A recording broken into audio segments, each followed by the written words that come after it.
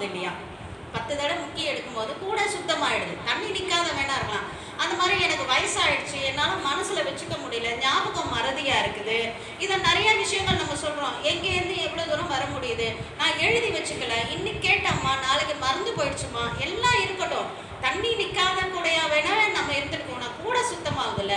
அதே மாதிரி நம்ம கேட்க கேட்க நம்மளோட எண்ணங்கள் என்ன ஆகுதுன்னா தூய்மை பெறுது. இன்னொரு ரொம்ப இன்ஸ்டண்ட்டாக, நம்மளுக்குலாம் இன்ஸ்டன்ட் தான் ரொம்ப பிடிக்கும்ல. Instant coffee, instant tea, instant dosa, instant ரவை பாயாசம் தான் இருக்கிறதுல சீக்கிரமாக செய்யக்கூடியது.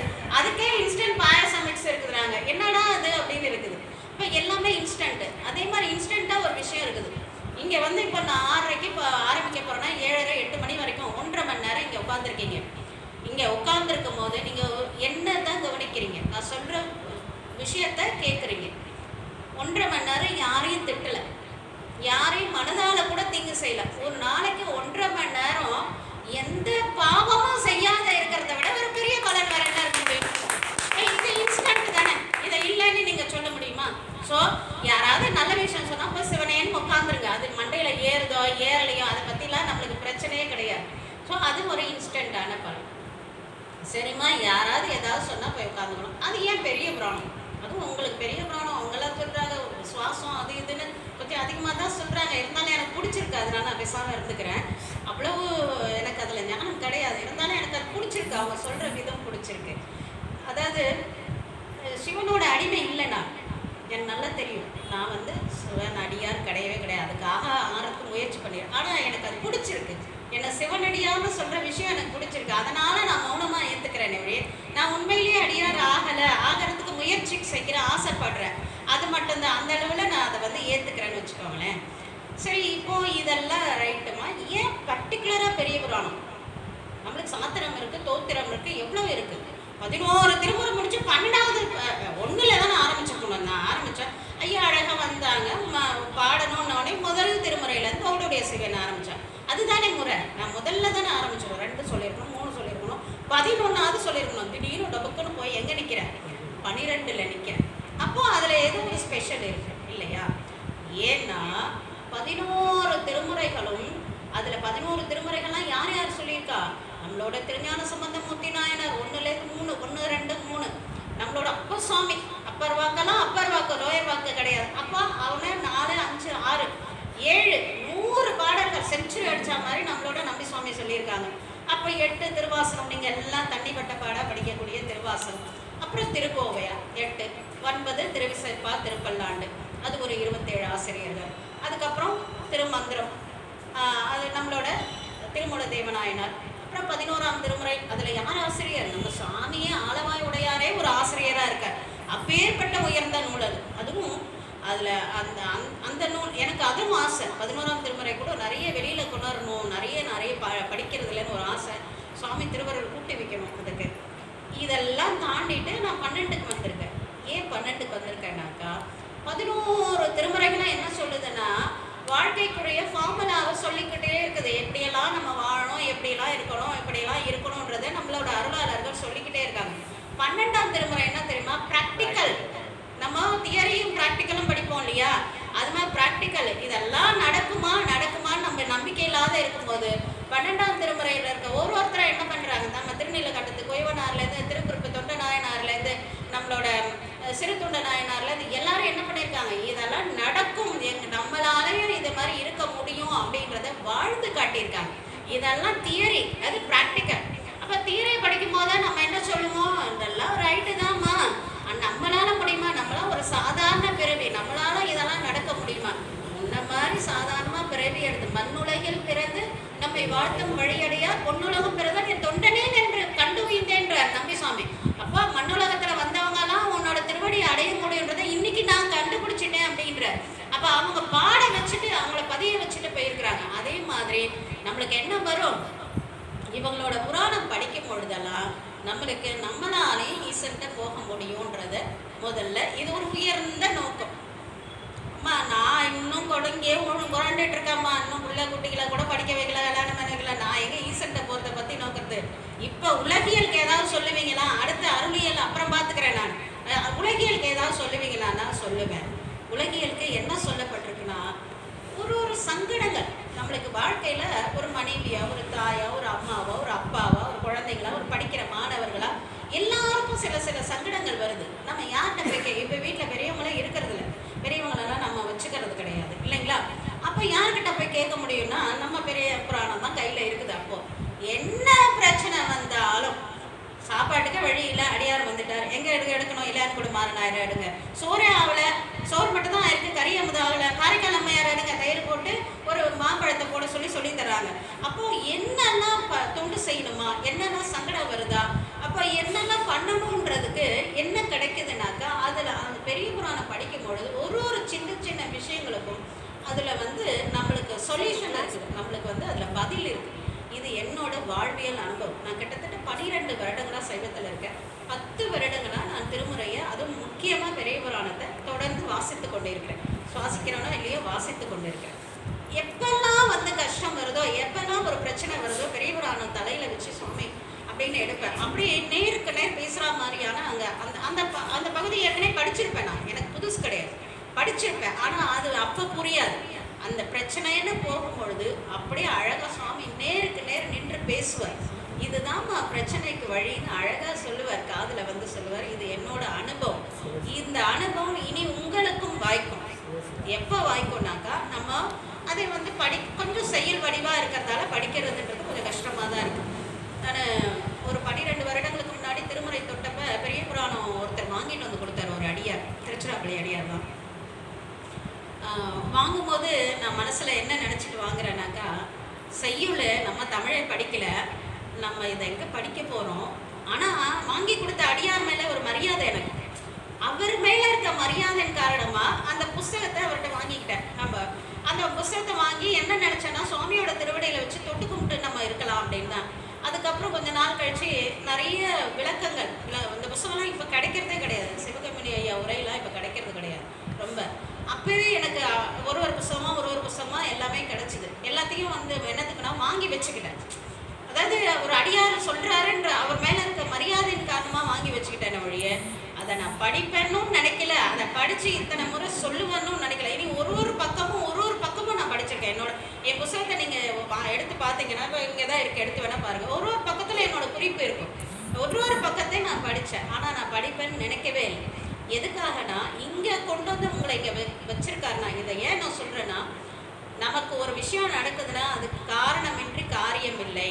ஒரு காரியம் நடக்குதுன்னா அதுக்கு ஏதோ ஒரு பின் விளைவு இருக்குது. இந்த புஸ்தகம்லாம் என் கையில் வந்தது காரணம். இன்னைக்கு இங்கே உட்காந்து உங்களுக்கு நான் சொல்லணுன்றது என்னோட விதி.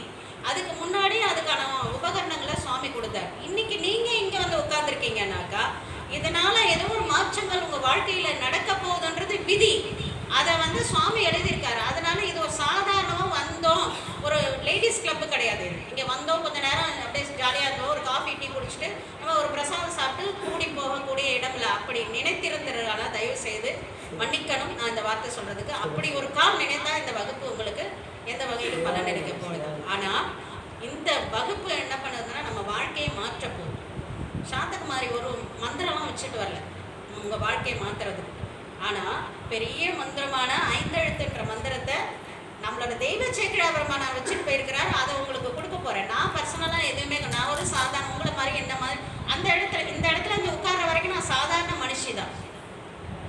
ஆனால் இங்கே உட்கார்ந்ததுக்கப்புறம் நம்ம குருநாதரை நினைக்கும் போது உள்ளிருந்து உணர்த்துறது குருநாதர் தானே வழிய நான் இல்லை. இப்போ ஒருத்தட்ட பேசிகிட்டு இருக்கோம், இதை எப்படி சொல்கிறேன்னா, அது அம்மாட்ட பக்கத்தில் உட்காந்து பேசிகிட்டே இருக்கும்போது, ஐயோ இதை சொல்லணும்னு நினைக்கலம்மா, நான் வேற ஏதோ சொல்ல வந்தேன், இதை சொல்லிட்டேமான்றோம். அப்போ நம்ம பேசும்போது நம்மளை அறியாமலே மாறி போடுது. ஆனால் இங்கே உட்கார்ந்து இருக்கும்போது தடங்கள் இல்லாமல் வருது வார்த்தைகள். எதனால் வருதுன்னா, உள்ளிருந்து உணர்த்துறது பெருமானார் தானே வழிய நம்ம கிடையாதுன்ற தீர்மானமான முடிவு. சரிங்களா? இப்போ ஒரு அறிமுகம் நம்மளுக்கு ஆயிடுச்சு, பெரிய புராணம் ஆயிடுச்சு. இன்னைக்கு உங்களுக்கு ஒரு 3 கதை சொல்கிறதா நான் சொல்லியிருந்தேன் இல்லைங்களா? இன்னைக்கு நம்மளுக்கு வகுப்பு ஜாலியாக தான் இருக்கும். ஏன்னா கதை சொல்ல, நான் திருச்சிராப்பள்ளிக்கே பாட்டி ஆகிட்டேன், வர எல்லாருக்கும் கதை சொல்கிறது தான் என்னோட வேலையாக இருக்குது. அதனால இன்றைக்கு 3 கதைகளை நம்ம சொல்கிறதா முடிவு பண்ணிடணும் இல்லைங்களா? முதல் கதை கைலாயத்தில் தொடங்கும். நம்மளோட பிளான் கைலாயம் போகிறது தான். அதனால அங்கே தொடங்கிப்போம். கைலாயத்தில் தொடங்குது ஒரு முதல் கதை. கைலாயத்தில் நம்மளோட சுவாமி இருக்கார், நம்ம அம்மா இருக்காங்க, சுவாமி வந்து நிறைய எந்த நேரமும் கங்காரன் பூசும் கவச திருநீற்றேன்னு சொன்னார். அப்போ சுவாமியே நிறைய திருநீர் பூசுவாருன்றது நம்மளுக்கு நல்லா தெரியுது. அப்போ அந்த சாமிக்கு திருநீர் எடுத்து கொடுக்கறதும் அவர் அணிந்திருக்கக்கூடிய மாலைகளை தொடுத்து கொடுக்கக்கூடியதுக்கும் ஒருத்தர் இருக்கார். அவர் பேர் என்னன்னா சுந்தரர்னு பேர். அவரோட பேர். அவர் எப்படி வந்தார்? யார் அவரோட அப்பா அம்மா? அவருக்கு அப்பா அம்மாலாம் கிடையாது. சுவாமி ஒரு தடவை தன்னை ரொம்ப அழகாக அலங்காரம் பண்ணிட்டார். சுவாமியே அழகு, பேரழகு, சொக்கநாத பெருமானார். அவர் அழகுக்கு அழகு பண்ணிக்கிட்டா எப்படி இருந்திருக்கும்? அவர் பாம்பையும் ஊமத்தம் பூ பட்டிட்டு வந்தாலே நம்ம மயங்கிடுறோம். இன்னும் அழகுபடுத்திட்டு வந்ததுன்னா எப்படி இருந்திருக்கும்? கண்ணாடியில் பார்த்தா அந்த பிம்பம், பிரதிபிம்பம், இமேஜ்னு சொல்லுவோம் இல்லைங்களா? கண்ணாடியில் பார்க்கும்போது நம்மளோட முகம் தெரியலையே, அது மாதிரி சுவாமியோட முகம் தெரிஞ்சுதான் சுந்தரா வாண்டவனே அவர் உயிர் பெற்று வந்தாராம். அப்போ சுவாமியோட பிம்பம் தான் அவர் இல்லைங்களா, சுந்தரன் அப்படின்னு சொல்லக்கூடியவர். அப்படி அந்த சுந்தரர் தான் என்ன பண்ணுறாருன்னா சுவாமிக்கு தோழனாக இருந்து அவர் சாற்றக்கூடிய திருநீரும் சாற்றக்கூடிய மாலைகளும் கொண்டு செய்து கொண்டு இருக்கிறார் சுந்தரர். அவரோட பேர் சுந்தரர் தான். இந்த பிரதோஷ கால வரலாறு நம்ம எல்லாருக்கும் தெரியும். பார்க்கடலை கடைஞ்சப்ப விஷம் வந்தது, சுவாமி சாப்பிட்டாருன்றது நம்மளுக்கு தெரியும். பின்னொரு காலத்தில் நேரத்தில் அதை நான் விவரித்து சொல்கிறேன். இப்போ அந்த அளவில் அந்த விஷத்தை யார் கொண்டு வந்தானாக்கா நம்மளோட சுக்கிரமூர்த்தி நாயனார் தான் கொண்டு வந்தார். ஆலகால விஷம். கடலில் வந்தது ஒரு விஷம், பாம்பு வயிற்றுல வந்தோம். அப்போ 2 விஷம், ஆலகால விஷத்தை கொண்டு வந்தாராம். அந்த விஷத்தை கொண்டு வந்து கொடுத்த உடனே சாமி முழுகிட்டார். எல்லாரும் சொல்லுவாங்க சுவாமி மயங்கிட்டாங்க. சுருட்டப்பள்ளின்னு ஒரு ஊர் இருக்குது, அங்கே வந்து அம்பாலோட மேலே வந்து 3 நாள் மயங்கி கிடந்தார். அப்படி இப்படி அவர் போயிட்டு மயங்கி கிடந்தாராம். அந்த நஞ்சு வந்து அவர் முழுகிட்டாரு அப்படின்றாங்க. நஞ்சு வந்து சுவாமியோட கண்டத்தில் இருக்கிறது நஞ்சே கிடையாது. நஞ்சு அமுதாக்கி வித்தார் மணிப்பள்ளி அடிகளாருன்றாரு. அப்போ நஞ்சை வணங்கினா நம்மளுக்கு என்ன கிடைக்கும்? தீமையை வணங்கினா தீமை தானே கிடைக்கும். நஞ்சையா நம்ம திருநீலகண்டம் நம்மளை விடுங்க. திருஞான சம்பந்தமூர்த்தி நாயனார் என்ன பண்ணார்? அவ்வினைக்கு இவனைன்னு திருநீலகண்டத்தை பதிகம் பாடியிருக்கார். நஞ்சை போய் பாடியிருப்பாங்க. நஞ்சு அமுதமாக்கிட்டார் சுவாமி. அந்த அமுதம் தான் இங்கே இருக்கு. ஒருவேளை நஞ்சு இங்கே தொண்டையில் நீளமாக இருக்குன்னா அவங்க வாய் வழியாக தானே முழுங்கினார். வாயிலேங்கிறதுல நீளமாக இருக்கணும், இல்லை உடம்பு ஃபுல்லாக நீளமாக இருக்கணுமே. வாயெல்லாம் ஒன்றும் நீளமாக இல்லையா? அது என்னன்னா தொண்டையில் இருக்கு. அது என்ன? அது அமுதமாக்கிட்டார். அந்த அமுதத்தை நம்ம எல்லாரும் வணங்கிட்டு இருக்கோம். அந்த நஞ்சை உருட்டி கொண்டு வந்தாராம் யாரு? நம்மளோட சுந்தரர். அப்போ அவர் கையில் பாருங்க, சாமிக்காவது கண்டத்தில் ஒரு கரை இருக்கு, அவர் கையில் அந்த கரை கூட இல்லைன்னா அப்போ அவரோட பெருமை என்னன்றத நமக்கு நம்பி சுவாமியோட பெருமையை நம்ம அன்னையிலேருந்து அவர் ஆளால சுந்தரராக ஆகிட்டார். அவர் வந்து சுவாமியோட தொண்டில் அப்படி இன்பமாக இருந்துட்டு இருக்கார் சுவாமியோட திருவடியில். சாமி பார்த்தாரு. இந்த KK நகர்லலாம் பெரியார் நகரில் பெரிய புராணம்லாம் சொல்லுவாங்க. அவங்களுக்கு ஒரு பெரிய புராணம்னு ஒன்று தேவைப்படும். அப்படியே அந்த பெரிய புராணம் எழுதுனா அதுக்கு ஒரு மூல நூல் வேணும். அந்த மூல நூல் வேணும்னா யாரை அனுப்பலான்னு யோசிச்சார். அப்போ தான் நம்பி சுவாமியை தேர்ந்தெடுக்கிறார். அவர் என்ன பண்ணுறாரு? எப்பயும் போல பூ பறிக்க போகிறார். பலகாலம் போவார். அந்த நந்தனவனத்தில் போயிட்டு பூ பறிச்சுட்டு வருவார். அன்னைக்கு என்ன பண்ண? சுவாமி திருவுள்ளம் பற்றியதால அங்கே அம்பாளோட சேடி பெண்களாகிய 2 பெண்கள் அங்கே வராங்க. இந்த 2 பெண்கள் பால் மனம் செலுத்தினார். சுவாமி தான் செலுத்துறார். நல்லா இந்த சின்ன சின்ன விஷயங்கள் எல்லாம் கவனத்தில் வச்சுக்கணும். செலுத்தினதால அங்கே அப்புறம் அப்படி காட்சியில் பார்க்குறாரு. வந்துடுறார். சாமி சொல்கிறார், நீ பெண்கள் மனம் செலுத்தினே, அதனால பூலோகத்துக்கு போகணும் அப்படிங்கிறாரு. என்ன சாமி இங்கேயே என்ன இந்த பாடுபடுத்திட்டீங்களே, நான் பூலோகத்துக்கு போனால் நிமிஷத்துக்கு நிமிஷம் மனசு மாறிடுவேனா, என்ன பண்ணணும் அப்படின்னு அவர் ஒரு வரம் வாங்குறார். என்னன்னாக்கா, நான் எப்பெல்லாம் வந்து மனம் கைகள் அஞ்சலி கூப்பி கலங்கினால் செய்ய சேவடி நீங்கும் சிறுமை மையல் மானுடமாய் மயங்கும் மழை. மையல்னா மயங்கிறது. நான் எப்பெல்லாம் மயங்குறனோ அப்பெல்லாம் நீங்கள் என்னை வந்து தடுத்து ஆட்கொள்ளணும்னு ஒரு வாக்கு வாங்கிட்டு இங்கே வரார். இங்கே வந்துட்டு அதுக்கப்புறம் ஒரு பெண்ணோட ஒரு அவதாரம் பண்ணுறாங்க. அதெல்லாம் நம்ம பின்னாடி விரிவாக பார்ப்போம். உங்களுக்கு தெரிஞ்ச கதைன்றதால அப்படி போகிறோம். திருவாவதாரம் பண்ணுறாங்க. ஒரு பொண்ணுக்கு கல்யாணம் பண்ணும்போது சுவாமி வந்து ஓலை கொடுத்து தடுத்து ஆட்கொண்டாரு. அப்புறம் பித்தாபுரி சூடி பாடல் பாடுறாரு. அதுக்கப்புறம் தில்லையை தரிசனம் பண்ணுறாங்க. அப்புறம் திருவாரூர் போகிறார். திருவாரூருக்கு வந்து இந்த 2 பெண்களில் ஒரு பெண்ணை வந்து திருவாரூரில் பறவையாராக திரு அவதாரம் பண்ணியிருக்காங்க. அந்த அம்மையாரை திருமணம் பண்ணியாச்சு. ஓகேவா? சீக்கிரமாக கடுக்கணும்னு கல்யாணம் பண்ணிட்டோம். இப்போ என்ன பண்ணுறாங்கன்னா, ஒவ்வொரு நாளும் திருவாரூருக்கு போய் சுவாமியை வணங்குறது இவரோட பழக்கம். அப்படி ஒரு நாள் போகும்போது இந்த மாதிரி சபை நிறையா. அந்த திருவாரூருக்கு யாரெல்லாம் போயிருக்கீங்க? எல்லாருமே. திருக்காவணத்துல எத்தனை பேர் வணங்கியிருக்கீங்க? திருக்காவணம் எதுன்னு தெரியுமா? கிழக்கு நோக்கி போகும்போது நந்தியின் பெருமான் இருக்கும்போது உங்களோட வலது பக்கத்துல ஒரு மண்டபம் இருக்கும். அந்த மண்டபத்தை யார் வணங்குறாங்களோ அவங்க தான் திருவாரூர் சுவாமியை வணங்கின பலனை பெற முடியும். எந்த கோயில்ல வேணா எந்த பக்கம் வேணா போய் சாமியை வணங்கிடலாம். திருவாரூர்ல மட்டும் தேவாசிரிய மண்டபத்தை வணங்காமல் போனால் அந்த வணக்கம் ஏற்றுக்கொள்ளப்படாது. ஏன்னா திருவாரூர் என்னது, திருவாரூர் வந்து தில்லை சாமியை வணங்கும் முதன்மை. திருவாரூர்ல அடியார்களுக்கு தான் முதன்மை. அடியார்களை வந்து நம்மளாம் படிச்சுட்டு முன்னெல்லாம், இப்போ கிடையாது, இப்போ பிள்ளைங்க நிறைய ரெஜிஸ்டர் பண்ணுது. நம்மளாம் படிச்சுட்டு எம்ப்ளாய்மெண்ட் ரெஜிஸ்டர் பண்ணியிருக்கோம், ஞாபகம் இருக்கா? 10th முடிச்சோடனே நம்ம அப்பா அம்மாலாம் எடுத்துகிட்டு போய் ரெஜிஸ்டர் பண்ணுவாங்க. அந்த மாதிரி திருநீர் பூசி அடியார்னு ரெஜிஸ்டர் பண்ணுற இடம் எதுனா திருவாரூர். திருவாரூர்ல தேவாசிரிய மண்டபத்துல வணங்கி உள்ள பொண்ணிங்க வந்து ஒரு கால், இப்ப நான் திருவாரூருக்கு போறேம்மா, ஒரு கல்யாணத்துக்கு போனோம்மா, நேரம் இல்லைம்மா, உள்ள போய் வணங்க முடியல அப்படின்னு கிடுகிடுன்னு ஓடி போய் திருவாரூர் தியாகராஜரை மட்டும் வணங்கிட்டு ஓடி இருந்தீங்கன்னா அந்த வழிபாடு நிறைவு கிடையாது. ஒருவேளை டைமே இல்லைன்னா தேவாசிரிய மண்டபத்துல விழுந்து வணங்கிட்டு வந்துட்டீங்கன்னா உங்களுக்கு அந்த வழிபாடு நிறைவு. புரியுதா உங்களுக்கு? அங்க போனாலும் சுவாமி இங்கதான் அனுப்புவார். அதனால டீட்டெயிலா நம்ம இன்னும் பார்ப்போம். இப்போதைக்கு இது அப்போ அந்த மண்டபத்தில் இந்த மாதிரி அடியார்கள்லாம் இருந்து என்ன பண்ணுவாங்கன்னா, தேவர்கள் முதல் எல்லாரும் அந்த இடத்துல தான் உட்காந்து சுவாமியை சிந்தித்து கொண்டு இருப்பாங்க. அந்த இடத்துல நம்பியாரூரர் போகும்போது அவர் ஏற்கனவே சுவாமியால் ஆட்கொள்ளப்பட்டவர். சாமி தன்னையே நண்பராக கொடுத்துருக்காரு. ஒரு தடவைக்கு 2 தடவை 4-5 பாடல்கள் பாடியாச்சு. இத்தனை நடந்திருந்தாலும் இந்த அடியார்களுக்கெல்லாம் அடியாரா பண்ணோம்னாலும் என்னாலோ அப்படின்னு நினச்சிட்டே போகிறேன். மனசில் என்ன தோணுது, இந்த அடியார் பெருமக்கள்லாம் நான் அடியானா ஆகக்கூடிய சுவாமிக்கு அடியார் ஆயிட்டார், ஆனால் நிறைவுபடலை. புரியுதுங்களா? சுவாமிக்கே அடியார் ஆயிட்டாரு, அவரோடைய பாட்டெல்லாம் எடுத்து பாடியாச்சு, ஆனால் நிறைவுபடலை. எங்க நிறைவுபடுது?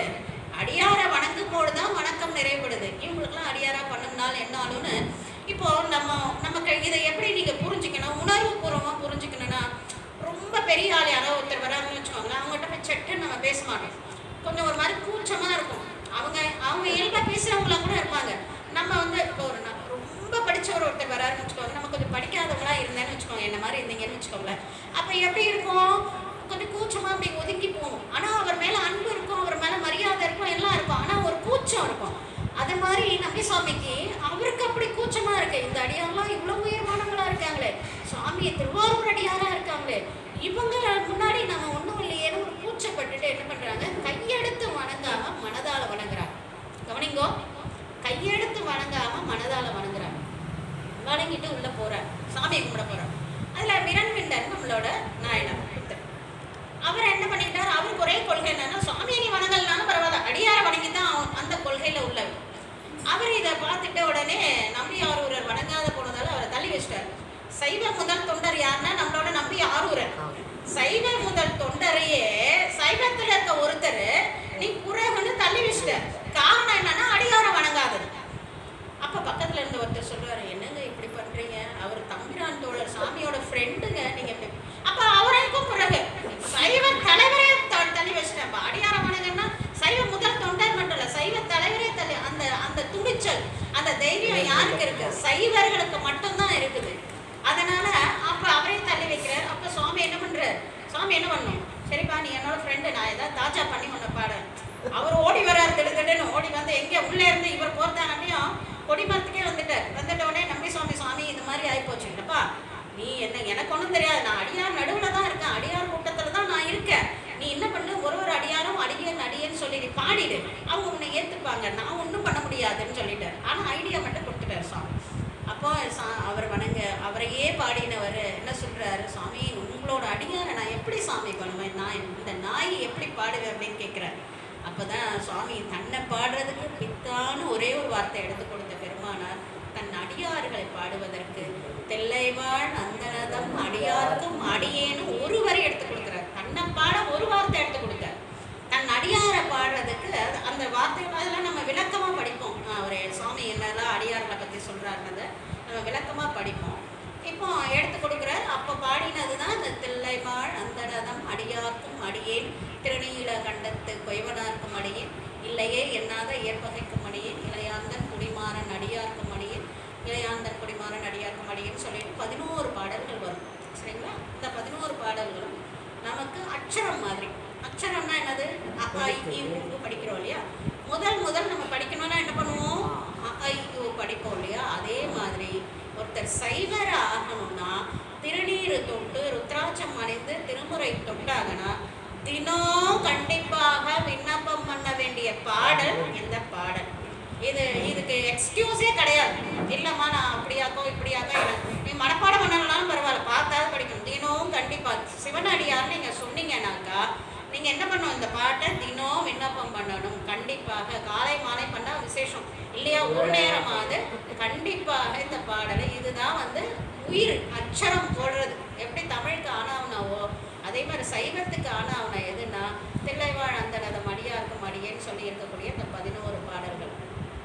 சரிம்மா, பெரிய புராணம் சொல்ல வந்தீங்க, செட்டரா பெருமானாரே தொடல நம்பிசாமி கிட்ட போயிட்டீங்களே அப்படின்னாக்கா வர. அப்போ இவர் இப்படி தில்லைவாழ் அந்தனதான் பாடிட்டார். அதுக்கப்புறம் அவரோட புராணம் அப்படி போது அப்புறம் நம்ம பார்த்துக்கலாம். பாடியாச்சா அவர் அப்படியே எங்கே இருக்கட்டும், பாடிட்டு திருவாரூர்லேயே அவர் மகிழ்ந்து இருக்கட்டும். நம்ம வேற ஊருக்கு போகலாம். சும்மா ஒரே ஊரில் எவ்வளோ நேரம் சுற்றிட்டு இருக்கிறது, போர் அடிக்கும் இல்லையா.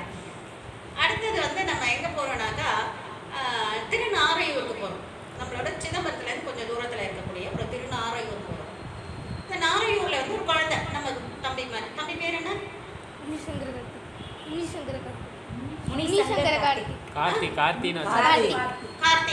கார்த்திகேயன் நான் வச்சுட்ட பேர். முருகர் மாதிரி பிள்ளை வழக்காக இருக்குது, அதனால கார்த்திகேயன் நான் பேர் வச்சுட்டேன். கார்த்திகேயன் மாதிரி ஒரு குழந்தை, பேர் நம்பியாண்டார் நம்பின்னு அவரோட பேர். நம்பினாலும் தலைவன் அர்த்தம். இந்த குழந்தை ஒரு அந்தனர் வீட்டு குழந்தை. அப்பா டெய்லி சாமிக்கு பூஜை பண்ணுவார் நாரையூர் பெருமானாருக்கு. ஒரு நாள் ஊருக்கு போக வேண்டியது. என்ன பண்ணார், பிள்ளைய கூப்பிட்டு இங்கே வாப்பா, நீ நான் சொல்கிற மந்திரம்லாம் தினம் சொல்லிட்டு இருக்க, மந்திரம் சொல்லணும்னாலும் பரவாயில்ல, நீ என்ன பண்ணுவ, இந்த சாமிக்கு நைவேத்தியத்தை மட்டும் கரெக்டாக கொடுத்துருப்பா, அப்படி பிள்ளையாருக்கு கொண்டு கொடுத்துருன்னு சொல்லிட்டு போயிட்டேன். அதெல்லாம் நான் கொடுத்துறேம்மா, நீங்கள் பயப்படாதீங்கன்னு சொல்லி குழந்தை சொல்லியாச்சு. அம்மா பிள்ளையாருக்கு நைவேத்தியம் கொடுத்தாங்க. அந்த குழந்தை மூடியே கொண்டு வரதால என்ன நினச்சிட்டு டெய்லி பிள்ளையார் இதெல்லாம் சாப்பிடுவார். சாப்பிட்ற மாதிரி தான் நம்ம இவ்வளோ நைவேத்தியம் பண்ணுவோம்மா, அது தெரியல குழந்தைக்கு. ஒரு பெரிய நான் ரொம்ப மரியாதை வச்சிருக்கக்கூடிய ஒரு சைவ பேச்சாளர்.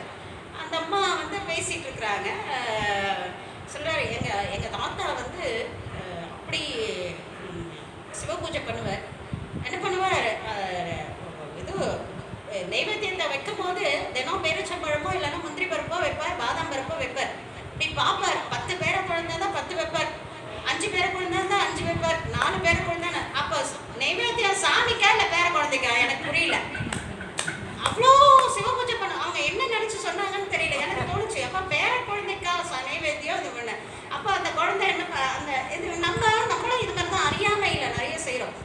நம்ம ஒரு செய்கிற தப்பு நான் சொல்கிறேன், நீங்கள் நம்ம அதை நிறைய செய்திருப்போம். மனசுக்குள்ளே நினச்சிக்கோங்க, நம்மளாம் தான் சொல்ல மாட்டோமே, நான் சொல்ல மாட்டேன், நல்லதை தான் சொல்லுவேன், நான் நல்லதெல்லாம் சொல்ல மாட்டேன். என்ன பண்ணுவோம், கிருத்திகை வருது, ஆமாம் பருப்பு பாயாசம், அப்புறம் உளுந்த வடை, அப்பளம், அப்புறம் எங்கெல்லாம் தான் நாங்கள் அதில் வேற ஒரு பெருமை வேற சொல்லுவோம். நாங்கள் அதை பண்ணுவோம், என்ன உருண்டை பண்ணுவோம், கொலக்கட்டை பண்ணுவோம், இதை பண்ணுவோம். கார்த்திகை தீபம், கார்த்திகை முருகருக்கு நீ திருப்புகழ் பாடுவியா, தேவாரம் பாடுவியா, அதை சொல்லுமா.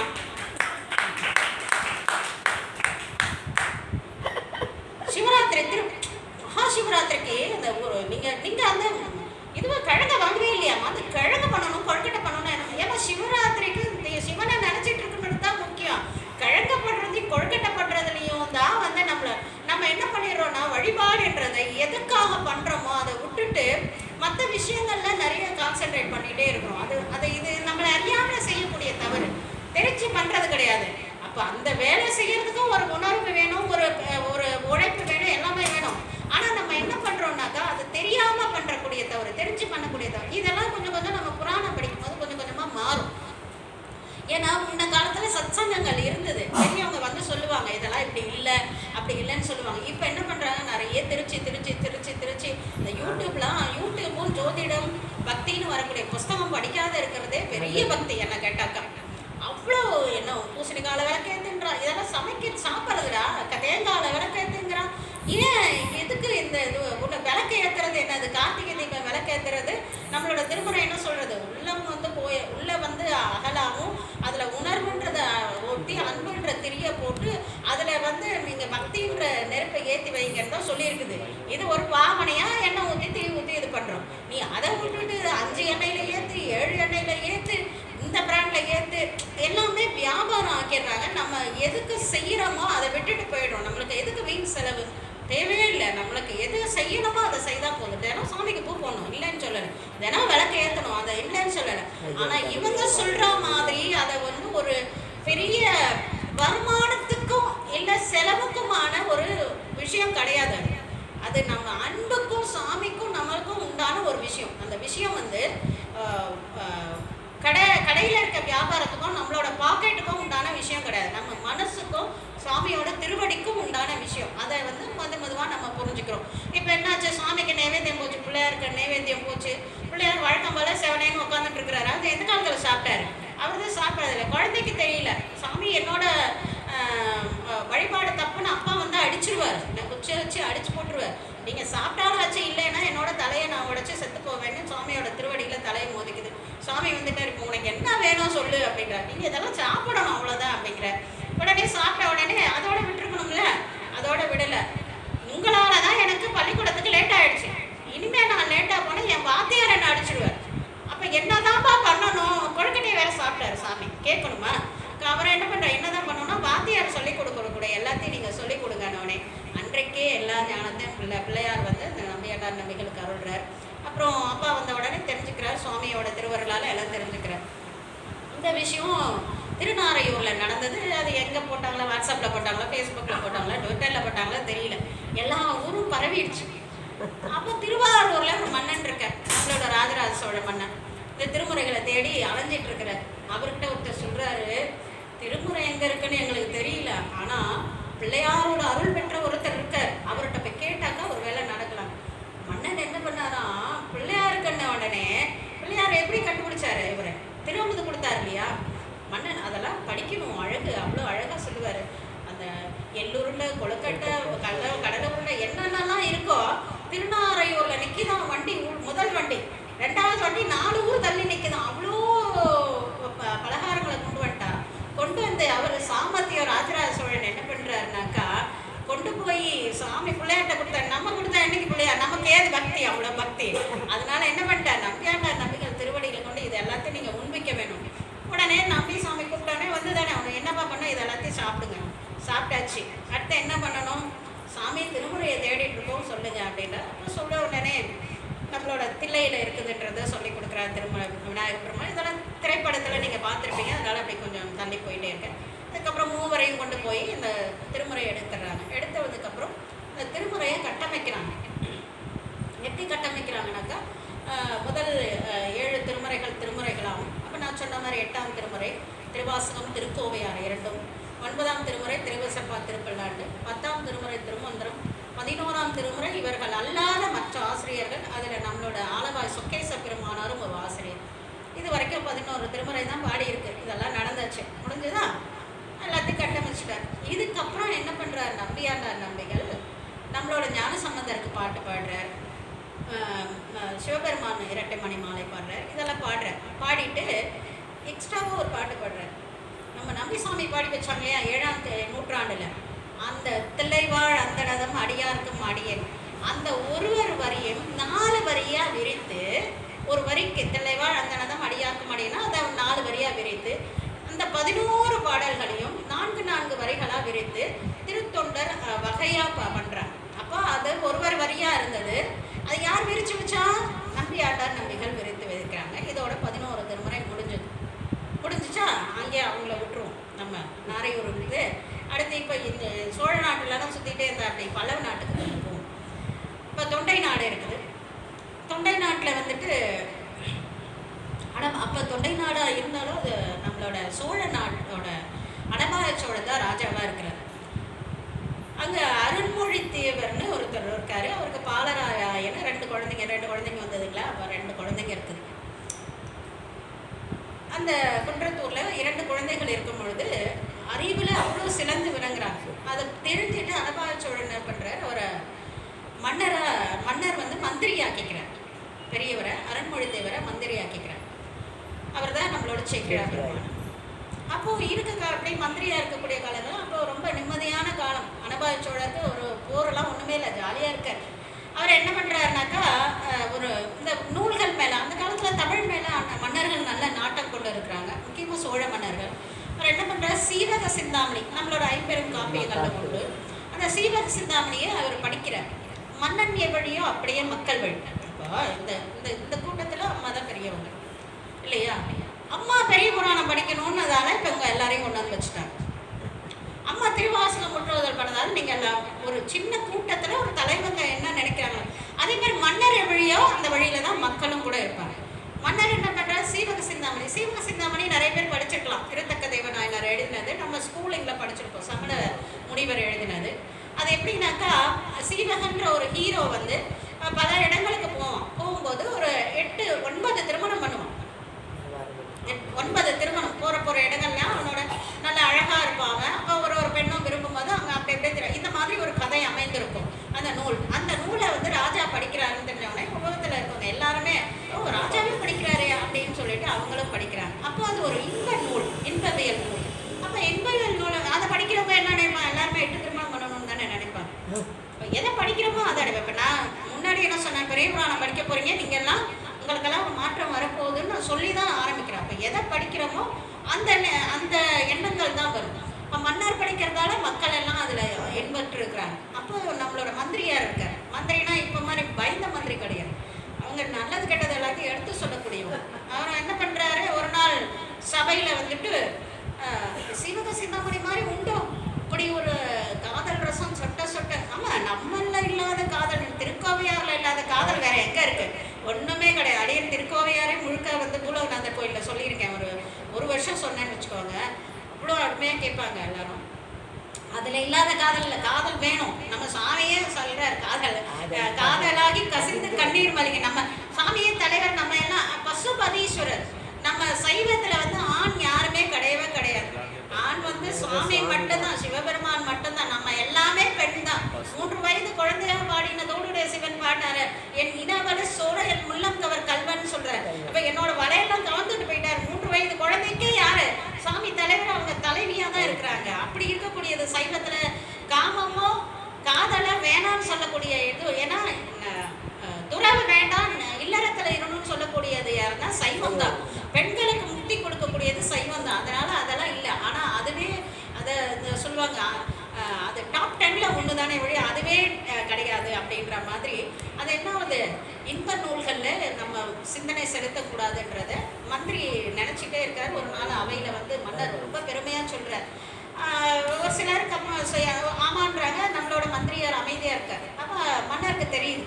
கேட்குறாரு, ஏன் சாமி நீங்கள் பேசாமல் இருக்கிறீங்க, உங்களுக்கு இதில் உடன்பாடு இல்லையான்னு. அப்போ சொல்கிறாரு, அப்பா இதெல்லாம் வந்து இன்ப நூல், இது வந்து இம்மைக்கு ஒரு டைம் பாஸ்க்கு வேணால் உங்களுக்கு இதெல்லாம் இருக்கலாம், இதனால் வந்து உங்களுக்கு வேற எந்த வித பலனும் இருக்காது அப்படின்னு. எனக்கு ஒரு கதைன்னா டைம் பாஸ் தானே, அதுக்கு மேலே வேற ஏதாவது கிடைக்குமா அப்படின்ற இருக்கு. கதைகள், சிவகதைகள் இருக்கு. அது இம்மைக்கும் உங்களுக்கு பலன் கொடுக்கும், மறுமைக்கும் பலன் கொடுக்கும். என்ன ஒரு கதையை கேட்கறதால இம்மைக்கும் பலன் மறுமைக்கும் பலனா? மன்னன் கேட்குறான். அப்படிப்பட்ட கதைகள் எங்க கேள்வியா போடுறான். இந்த கதைகள் எங்க உள்ளது, யார் எழுதினா, யார் யாரெல்லாம் அதுல இருக்கிறாங்க, இந்த கதைகளை தொகுத்து புத்தகமா இருக்கு, அந்த புத்தகம் எங்க இருக்கு, அதுக்கு விளக்க உரை இருக்கான்னு 100 கொஸ்டின் போடுறான். எல்லாத்துக்கும் பொறுமையா சொல்றாரு, சிவகதைகள் இருக்கு, 63 நாயன்மார்கள் பற்றின கதைகள் இருக்குது. அந்த கதைகள் எல்லாம் இருக்குதே உடைய நூலாக செய்யப்படலை. அதெல்லாம் 12ஆம் நூற்றாண்டில் நடக்குது. நூலாக இன்னும் செய்யப்படலை. நம்மளாம் எவ்வளோ புண்ணியம் பண்ணியிருக்கோம் பாருங்கள். இன்றைக்கி கையில் அப்படி நினச்சா பெரிய புராணம் கிடைக்கிது. நம்மளுக்கு செல்ஃபோனில் அப்படி தட்டுனா முழு பெரிய புராணமும் வந்து நிற்கிது உள்ளங்கையில் உலகம். நம்ம அப்போ ஒரு புஸ்தகம் இல்லை மன்னனுக்கு. அப்போ சொல்கிறாரு, அப்படியான அந்த கதைகளை சொல்லுனா இந்த மாதிரி உட்காத்தி வச்சு யார் யார் உட்காந்துருக்குறாங்க, மன்னர் உட்காந்துருக்காரு, ராணி உட்காந்துருக்காங்க, ராணி இளவரசன் இளவரசி மந்திரி பிரதானிகள் எல்லாரையும் உட்கார வச்சு கதை சொல்றாரு. நம்மளோட தெய்வ சேக்கிழா பெருமானார் என்ன சொல்றார், இந்த நம்மளோட இந்த திருத்தொண்ட தொகை, இந்த திளைவாழ் அந்தனதம் அடியாக்க மடியும் அந்த வரிசையில் அவங்களோட கதைகள் எல்லாம் அவங்களோட புராண கதைன்னு நான் வார்த்தை சொல்கிறேன்னு வழியே கதை கிடையாது, புராணங்கள் எல்லாத்தையும் சொல்கிறேன். சொன்ன உடனே அனபாய சோழருக்கு அப்படி இப்படி ஒரு அடியார்களா, இவ்வளோ பெருமை கொண்ட அடியார்களா அப்படின்னு சொல்லிட்டு நம்மளோட தெய்வ சேக்கிழா பெருமானார்ட்ட கேட்குறாங்க. நீங்கள் என்ன பண்ணணும், இந்த கதைகளை தொகுத்து எழுதணும். இந்த ஊர்கள் தோறும் போங்க, இந்த நிகழ்வு எங்கெல்லாம் நடந்ததோ அங்கெல்லாம் போங்க, கல்வெட்டுக்கள் ஆராய்ச்சி பண்ண, எல்லாத்தையும் ஆதார நூலோட நீங்கள் இதை செய்யணும் அப்படின்னு சொல்லிட்டு அவர் அனுப்புகிறார். அவர் வந்து உடனே நம்மளோட தெய்வ சேக்கிழாபுரம் ஒரு தலங்களுக்கும் வர, ஒரு இடத்துக்கும் வர, ஒரு நாயன்மார் திரு அவதார தலத்துக்கும் அவங்க இடத்துக்கும் ஒரு இடத்துக்கும் பயணம் பண்ணுறார். பயணம் பண்ணி எல்லாத்தையும் சேகரிச்சுட்டு அதுக்கப்புறம் அந்த நூலை தொகுக்கிறார். அப்போ தொகுக்க போகும்போது தான் அவருக்கு ஒரு பயம் வருது. சுவாமியை பற்றி கூட செய்தலாம், சுவாமியோட அடியார்களை பற்றி எப்படி எழுதுறது அப்படின்னு பயம் வருது. இப்போ இதுக்கான வந்து நம்ம கோயில் தான். அப்படி கோயில்னா என்ன, ஒரு தில்லை. தில்லை தான். கோயில்னா 1000 கோயில் இருக்கலாம், தில்லை தான். அந்த தில்லைக்கு போகிற சுவாமி கிட்ட, சுவாமி உங்களோட உங்களை பற்றி கூட எழுத, உங்கள் அடியார்களை பற்றி நான் எப்படி எழுதுவேன், எனக்கு பயமாக இருக்குன்ற. அப்போ எல்லாரும் கேட்க அசரீரியாக ஒரு வாக்கு வருது, உலகெல்லாம் அப்படின்ட்டு. இப்போ இது எழுதுனது தெய்வ செக்கிழார் பெருமான்னு சொல்கிறோம், உரை படிக்கிறோம், நாங்கள் சொல்கிறோம். இது எல்லாத்தையும் தாண்டி இதை சொன்னது யாருனாக்கா, தில்லைக்கூத்த பெருமானாரே அருளின நூல் தான் இந்த பெரிய புராணம்ன்ற நூல். அந்த நூலை தான் நம்ம இப்போ சிந்திக்க போகிறோம். அப்போ எவ்வளோ பெரிய உயர்ந்த, ஏன் இதை வந்து ஒரு இப்போ நான் எடுத்தவொடனே வந்த உலகலாம்னு சொல்லிட்டு எனக்கு ஒரு வகுப்பை நடத்திட்டு போயிடலாம். இதை ஏன் சொல்கிறேன்னா, நம்ம எந்த அளவுக்கு உயர்ந்த ஒரு பொருளை கையில் வச்சுருக்கோம், ஒன்று வச்சுருக்கோம், அது கண்ணாடிக்கெல்லாம் வைரக்கல்லாம் நம்மளுக்கு தெரியணும் இல்லையா. வைரக்கல்லுன்னு தெரிஞ்சால் தானே கொண்டு போய் பீரோவில் சேஃபில் வைப்போம். இல்லைன்னா என்ன பண்ணுவோம், டைனிங் டேபிள் மேலே போட்டுட்டு குப்பையோட, நம்மளோட டைனிங் டேபிள் தான் குப்பை தானே, குப்பை போடுற இடம் இன்னொரு இடம், ஃப்ரிட்ஜும் டைனிங் டேபிளும் தான் நம்மளுக்கு குப்பை போடுற இடம், அதில் போட்டுட்டு போயிடும் எது வந்தாலும். அது என்ன, அது இது கண்ணாடி கல் இல்லை, இது வயிறோடு தெரிஞ்சாதான் நம்ம கொண்டு போய் அதை பீரோவில் வச்சு பூட்டணும். அதே மாதிரி இந்த வகுப்புக்கு நீங்கள் வர்றது கண்ணாடி கல் இல்லைங்க, வைர வகுப்புக்கு தான் வர போகிறீங்க. அதை நீங்கள் முன்னாடி வந்தவர்கள் பொற்பாதங்கள் எல்லாம் வணங்கிக்கிறேன், பின்னாடி வந்தவங்க பொற்பாதங்களையும் வணங்கிக்கிறேன். அடுத்த முறை முன்னாடி வந்து இந்த ஞானத்தை வந்து முதல்ல இருந்து கேட்டுக்கோங்கன்றத. எனக்கு இதில் ஒன்றுமே கிடையாது, இது உங்களுக்கு முழுசாக கேட்டுக்கணும் அப்படின்றதுக்காண்டி அதை சொல்கிறோம். அப்போ இதை வந்து சொல்கிறார், இப்போ இவ்வளோ உயர்ந்த பொருள், அப்போ இத்தனை இடங்களில் இப்போ தான் வந்து சுவாமியே அடியெடுத்து கொடுக்குறாரு. உலகெல்லாம் உணர்ந்து ஓதற்கரியவன் சொல்லிட்டு உலகெல்லாம்ன்ற வார்த்தையை அவர் எடுத்து கொடுக்குறார். அது தொடர்ந்து நம்மளோட தெய்வ செக்கிழா பெருமானார் பாடுறார். தெய்வ செக்கிழா பெருமானார் சொல்லுவார், எனக்கு ஒன்றுமே தெரியாதுன்னு சொல்கிறீங்க, ஆனால் இவ்வளோ பெரிய புராணத்தை பாடுறதுக்கு நீங்கள் வந்து உட்காந்தீங்களா, எப்படி உட்காந்தீங்க அப்படின்னா, நான் ஒன்றும் பாடணும்னு உட்காரல, சாமி உலகலான்னு ஒரு வார்த்தை எடுத்து கொடுத்தாரு, அதை பிடிச்சிக்கிட்டே போனால் அவர் திருவடி எனக்கு எல்லாத்தையும் காட்டி கொடுத்துருன்றதுக்காக தான் நான் உட்காந்து பாடுறேனே ஒழிய இதை நான் பாடலை அப்படின்னு சொல்லுவேன். அது அவையடக்கத்தில் விளைவாக நம்ம பார்ப்போன்னு வச்சுக்கோங்களேன். இப்போ இந்த மாதிரி தெய்வ செக்கிழா பெருமானார் பாடுறாங்க. பாடி முடித்த உடனே அப்போது பாட பாட மன்னன் கேட்டு கேட்டு அனுப்புகிறார், எவ்வளோ தூரம் புராணம் வந்திருக்கு, எவ்வளோ இன்னைக்கு என்ன புராணம் நடந்தது, இன்னைக்கு எத்தனை பேர் வந்தாங்க, இன்னைக்கு எத்தனை நேரம் நடந்தது, எல்லாம் கேட்டுகிட்டே இருக்கிறார்.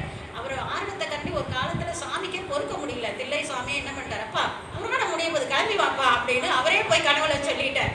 உடனே படையிலெல்லாம் திரட்டிக்கிட்டு அனபாய சோழர் வர. உண்மை, இது எல்லாமே வந்து வரலாறுல இருக்குது. நான் உங்களுக்கு எடுத்து சொல்கிறேனே ஒழிய கொஞ்சம் சுவராசியமாக இருக்கட்டும்னு எளிய நடையில் சொல்லிட்டு இருக்கேன், சொல் வழக்கில்.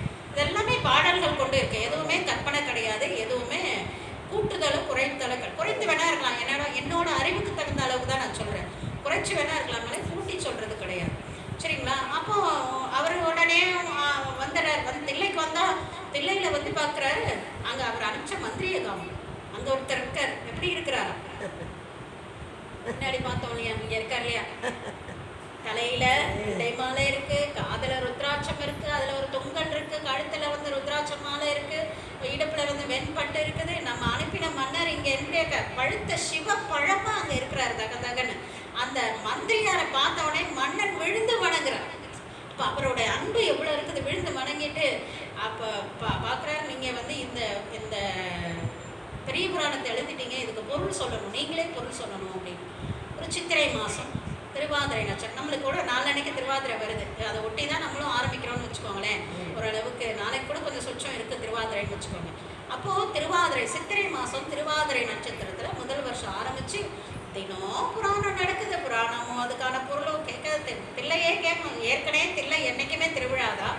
அதுங்க இன்னும் இப்போ பெரிய புராணம் நடக்குதுன்னா ஆயிரங்கால் மண்டபத்தில் இன்றைக்கும் அந்த மண்டபத்தை பார்த்தா வணங்குறது, அதை நினச்சி பார்த்து வணங்குறது, அப்படி நடக்குதான். என்னென்னா அடியார்கள் ஒரு பக்கம், தமிழ் இலக்கணம் படித்தவங்க ஒரு பக்கம், புலவர்கள் ஒரு பக்கம், வந்து வரவங்க போகிறவங்க ஒரு பக்கம், எல்லாம் வந்து நிற்கிறாங்களாம், கேட்குறாங்களாம், கண்ணீர் விட்டு அழறாங்களாம், ஆடுறாங்களாம், பாடுறாங்களாம். ஒரு நாயன்மார் இப்படி ஒரு நாயன்மாரா, இதை சொல்கிறதுக்கு நம்ம தெய்வ செக்கிழா தவிர வேறு யாரால இதை சொல்ல முடியும் அப்படின்னு சொல்கிறாங்களா. இப்படியா இருக்குது. அன்னச்சத்திரங்கள்லாம் நிரம்பி வழியுது எல்லா பக்கமும். மன்னர் சொல்லிட்டார், ஒருத்தர் கூட வந்து என்ன பண்ணது பசியோடு இருக்கக்கூடாது, எல்லாருக்கும் உணவு கொடுங்க, எல்லா ஊருக்கும் ஓடை அனுப்புங்க, எல்லாரையும் வந்து பெரிய புராணம் கேட்க சொல்லுங்க. அப்போ என்ன, அது முதல் வருஷம் சித்திரை மாதம் திருவாதிரை ஆரம்பித்து மறு வருஷம் சித்திரை மாதம் திருவாதிரை 1 வருடங்கள் புராணம் நடந்திருக்கு. இப்போ இந்த காலத்தில் நம்ம இருந்திருந்தா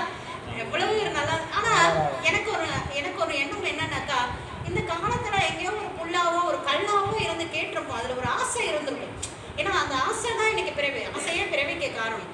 நமக்கு ஒரு ஆசை இருந்திருக்கும், இப்படி ஒரு புராணமா அப்படின்னு ஆசை இருந்திருக்கும்.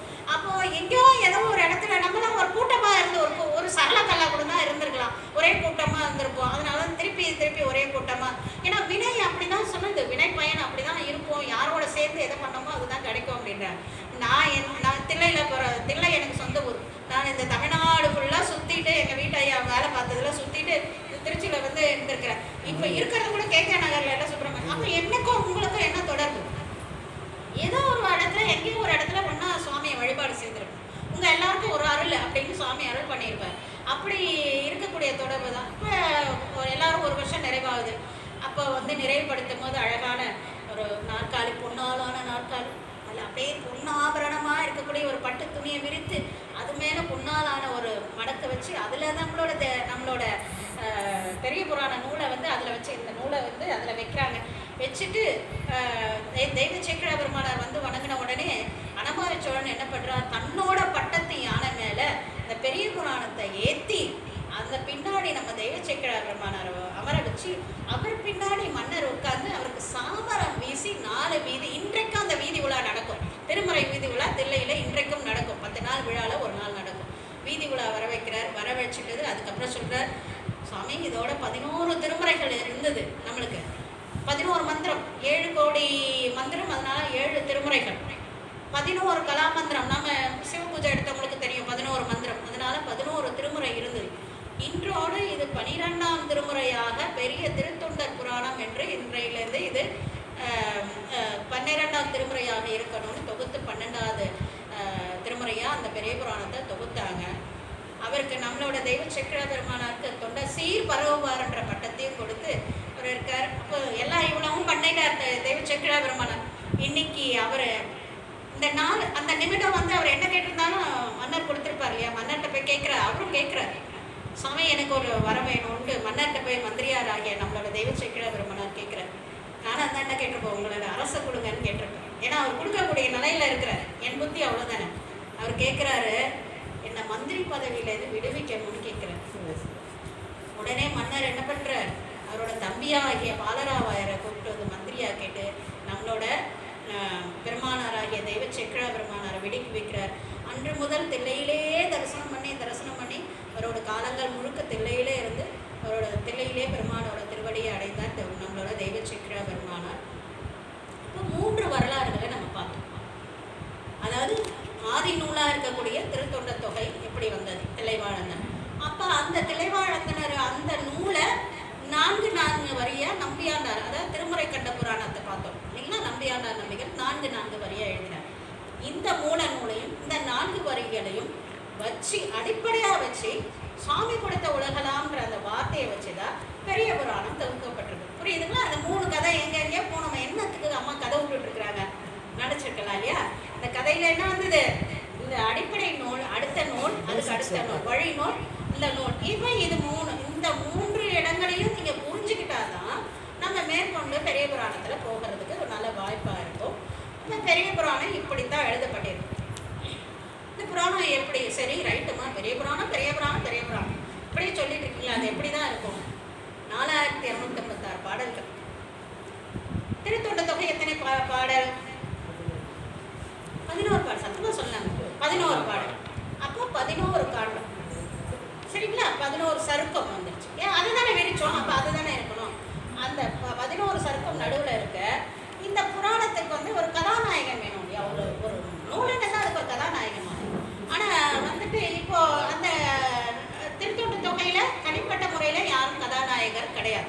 அப்போ இந்த நூலுக்கு யார் கதைநாயகர்? இந்த திருத்தொண்ட தொகையை யார் எழுதுறாங்களோ அவங்க தான் கதைநாயகர். யாரு? நம்பி சுவாமிகள் தான் இப்போ கதைநாயகர் யாரு? நம்பி சுவாமி. கதாநாயகிகள் யாரு? 2 ஹீரோயின். பெரிய புராணத்துல நிறைய நாயன்மார்கள் இருந்தாலும் கூட இதோட கதை வரலாற்று நாயகன் யாருன்னா நம்பி சுவாமிகள் தான். அப்போ அவங்க நம்பி சுவாமினாக்கா அவங்களோட திருவாவதாரம் அவங்க முன்னே நிலை இருக்கணும். ஒரு நாயகன்னா அவர் பிறந்ததுலேருந்து காட்டணும். அவர் சினிமானா என்ன பண்றாங்க, முதல்ல குழந்தையா பிறக்கத்துலேருந்து காட்டுவாங்க, அதுலேருந்து தானே காட்டுவாங்க, அப்போ கல்யாணம் வரைக்கும் காட்டுவாங்க இல்லையா. அது மாதிரி கைலையில ஆரம்பிச்சு திருப்பி அவர் கைலை போற வரைக்கும் பெரிய புராணம் இருக்கும். அப்போ கைலையில ஆரம்பிக்கிறதுல முதல்ல திருமலை சருக்கம், வெள்ளானை சருக்கம்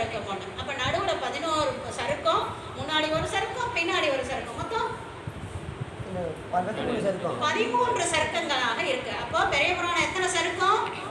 13 சருக்கங்கள். திருத்தொண்ட தொகை எத்தனை? 11. அது விரித்தது 11.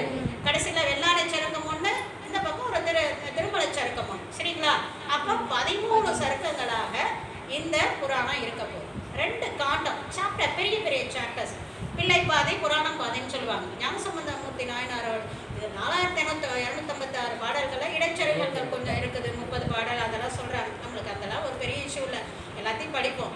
அப்ப இதுல 1256 பாடல்கள் மட்டுமே ஞானசம்பந்தர் வரலாறு வந்துடும். பாதி புராணம், பிள்ளை பாதை, புராணம் பாதைன்னு வாங்க. அவ்வளோ பெரிய புராணமா ஞானசம்பந்தர் புராணம் மட்டுமே சொல்லிடுறாங்க. அப்ப இது 2 காண்டங்களா இருக்கு. முதல் காண்டம் 1, 2வது காண்டம் 1 இருக்கு. பிள்ளை பிரமான் புராணத்துல 2வது காண்டமும் அது வரைக்கும் முதல் காண்டம். அப்போ 13 சருக்கங்கள் 2 காண்டங்களா இது பிரிச்சு இருக்குது. இப்போ இந்த நூல் இப்படி இந்த அமைப்புல தான் இருக்கு. அப்போ இதுல ஏன் திருமலை சருக்கம் ஆரம்பிக்கிறாங்கனாக்கா அந்த கதை நாயகம். அப்போ அவர் திருவாவதாரத்துல இருந்து ஏன் இந்த புராணம் இப்படி வருது, இதை வெள்ளாணை சருக்கம் வரைக்கும் முடிய நம்மளோட புராணம், பெரிய புராணம் இருக்க போகுது. நம்ம இப்படி தான் இந்த புராணத்தை சிந்திக்க போகிறோம். ரைட்டுங்களா? இதில் பயன், நூல் பயன்னு பெரிய புராணத்தில் ஏதாவது ஒன்று கொடுத்துருக்குதா? நீங்களே விட்டு கட்டி சொல்கிறீங்களா அப்படின்னு நீங்கள் கேட்பீங்க இல்லையா? அம்மாவுக்கு பிடிக்கும் கொஞ்சம் பெரிய புராணம், மைக்கு வேற கொடுத்துட்டாங்க, அதனால கொஞ்சம் கதை விட்றாங்களா அப்படிங்க. இங்கேதான் நாமம் புரியும். இதுக்கு பேர் என்ன சொல்கிறாருனாக்கா திருத்தொண்டர் புராணம்னு சொல்கிறார். நம்ம சொல்கிறோம் பெரிய புராணம், ஆனால் இதோட பேர் திருத்தொண்டர் புராணம். அது பெரியவர்களை பற்றி பேசின புராணம்ன்றதால நம்ம பெரிய புராணம்னு சொல்கிறோம். திருத்தொண்டர் புராணம்னு தான் இதுக்கு பேர் வைக்கிறாங்க. இதோட பலன் என்ன, நூல் பயன் என்ன சொல்கிறாருனாக்கா, சூரியன் வருதுன்னு வச்சுக்கோங்களேன். இப்போ காலையில் சூரியன் வருது, சூரியன் வந்த உடனே யாராவது விடுவிடுன்னு வெளிச்சத்தை உண்டாக்குறாங்களா? இருளை யாராவது தள்ளி தள்ளி விட்டுட்டு சூரியனை இழுத்து எதாவது விடுறாங்களா? எப்படி இயல்பா சூரியன் வரவும் இருள் தானாவே போகுது. ரெண்டும் இயல்பா தான் நடக்குது. யாராவது ஒருத்தர் நடத்துறாங்களா? இல்லவே இல்லை. இப்போ நம்ம இந்த இடத்த பண்ணணும்னா என்ன பண்ணுவோம்? ஒருத்தர் எழுந்து இதை சுத்தம் பண்ணணும், அந்த ஒருத்தர் செய்ய. ஆனால் இயல்பா நடக்குது. சூரியன் வரும்பொழுது இருள் தானாவே போகுது. அது மாதிரி பெரிய புராணம்ன்ற நூலை சிந்திக்க சிந்திக்க சிந்திக்க சிந்திக்க உங்களோட மனம்ன்ற இருள் தானாவே போகுது. எப்படி தினம் தினம் சூரியன் வரும்பொழுது அந்த இருள் தானாவே போய் வெளிச்சம் தானாவே வருதோ, அது மாதிரி அஞ்ஞானம்ன்ற மனதில் இருக்கக்கூடிய இருள், இதை நீங்கள் ஒரு பர்பஸாக செய்யணும். நான் பெரிய புராணம் படித்தா என்னோட இருள் போயிடுச்சா அப்படிலாம் நம்ம இணைக்கணும்னு அவசியம். அது வர வர வர வர என்ன ஆகும்? நம்மளோட மனம் தூய்மை பெற்றுக்கிட்டே வரும். இதுதான் இந்த நூலோட பயன்னு நம்மளோட தெய்வ செக்கிழா பெருமானார் கொடுக்குறாங்க. சரிம்மா, இதெல்லாம் ரைட்டு, நூல் பயன் சொல்லிட்டீங்க, எல்லாம் சொல்லிட்டீங்க. நீங்கள் மூச்சு கட்டி இந்த புராணத்தில் சொல்ல போகிறீங்க. நாங்கள் எப்படி இதை படிக்கிறது? அப்போ படிக்கிறதுன்னு ஒரு நான் சும்மாவா சாதாரணமாக வைரக்கல் கொடுக்க போகிறேன்னாச்சு. சில ரூல்ஸ் இருக்கணும் இல்லையா? எப்படி படிக்கணும், எப்படி இருக்கணும். இப்போது இந்த ஒரு விஷயத்தை எப்படி நீங்கள் எல்லாருமே அன்னைக்கு இந்த மகளிர் விழாவுக்கு வந்திருக்கலாம். அப்போ நான் கொஞ்சம் இந்த சிறுத்தொண்ட நாயனார் புராணத்தை தொட்டு காட்டும்போது பார்த்தேன். உங்களுக்கு மற்றபடி புராணம் சொல்கிறவங்க கதையாக சொல்லிட்டு போயிருப்பாங்க. ஆனால் நம்ம என்ன பண்ண போகிறோம்? இந்த புராணத்தில் ஒரு விஷயம் சொல்லும் போது இந்த விஷயத்தை நம் வாழ்க்கைக்கு எப்படி எடுத்துக்க போகிறோம், அதை அடிஷ்னலாக நான் சொல்ல போகிறேன். எனக்கு தெரிஞ்ச வரைக்கும் இப்போ நீங்கள் புராணம் உங்கள் எல்லாருக்கும் என்னை விட அருமையாக புராணம் சொல்கிறவங்க இங்கே நிறைய பேர் இருக்காங்க, எல்லாரும் தெரியும். ஆனால் ஏன் என்ன தேர்ந்தெடுத்திருக்காங்கனாக்கா, இந்த புராணம் நம் வாழ்க்கைக்கு எப்படி உதவ போகுது, முதல் விஷயம் எப்படி எடுத்துக்க போகிறோம். நான் சொன்னேன் 12 வருடமாக நான் திருமுறை படிச்சுட்ருக்கேன். எனக்கு எப்பெல்லாம் கஷ்டங்கள் வருதோ அப்போல்லாம் திருமுறை தான் எனக்கு நல்ல வழியை காட்டுச்சுன்னு சொன்னோம். அப்போ எனக்கு காட்டினா உங்களுக்கு காட்டாது, என்னால் முடியும்னா உங்களால் முடியும். அப்போ என்னால் எப்படி முடிஞ்சது, அதை எப்படி நான் புரிஞ்சுக்கிறேன். இப்போ இந்த புத்தகத்தில் தான் நான் நூல் சாத்தி பார்ப்பேன்னு சொன்னேன். இந்த நூல் சாத்தி நீங்களும் தான் பார்ப்பீங்க. பார்க்கும்போது ஒரு பாட்டு வரும். அந்த பாட்டு என்ன, எந்த நேரத்தில் அருளினது, எந்த நோக்கத்தில் அருளினதுன்னு தெரிஞ்சாதானே உங்களுக்கு சுவாமி என்ன குறிப்பு கொடுத்துருக்காரு. உங்களுக்கும் கொடுப்பாரு, எனக்கு கொடுத்த பெருமாள் உங்களுக்கு கொடுக்க மாட்டார். நானும் நீங்களும் ஒன்று தானே.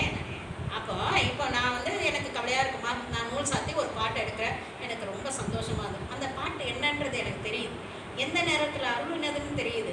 அப்போ அதனால சுவாமி என்ன வராருன்னு என்னால் புரிஞ்சுக்க முடியுது. அந்த புரிஞ்சுக்கக்கூடிய பக்குவத்துக்கு உங்களை கொண்டு வரப்போம். புரியுதுங்களா? நீங்களும் அந்த இடத்துக்கு வருவீங்க, இந்த இடத்த பார்ப்பீங்க, இந்த பாட்டை கூட ஒரு சந்தோஷம் வருது. ஒரு பொண்ணுக்கு கல்யாணம் பண்ண போகிறோம், இந்த மாப்பிள்ளை சரியா இருக்குமான்னு மனசில் யோசனை இருக்குது. சுவாமியை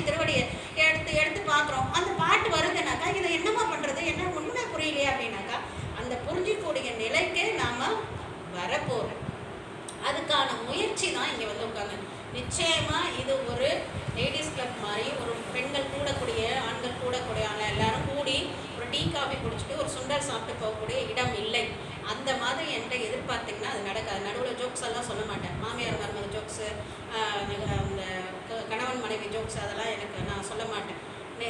நீங்கள் 4 நாளாக என்னை பார்த்துருப்பீங்க. உங்களோட டான்ஸ்லாம் ஆடி இங்கே குதிச்சிட்டு இருந்த சாந்தகுமாரியே இங்கே பார்க்க முடியாது. அது வேறு, இது வேறு. சரிங்களா? இங்கே இருக்கிறவங்க ஒரு திருமறை மாத்திரம்தான் பேசுவேன். திருமறை சந்தேகங்கள் மட்டும்தான் கொடுப்பேன்.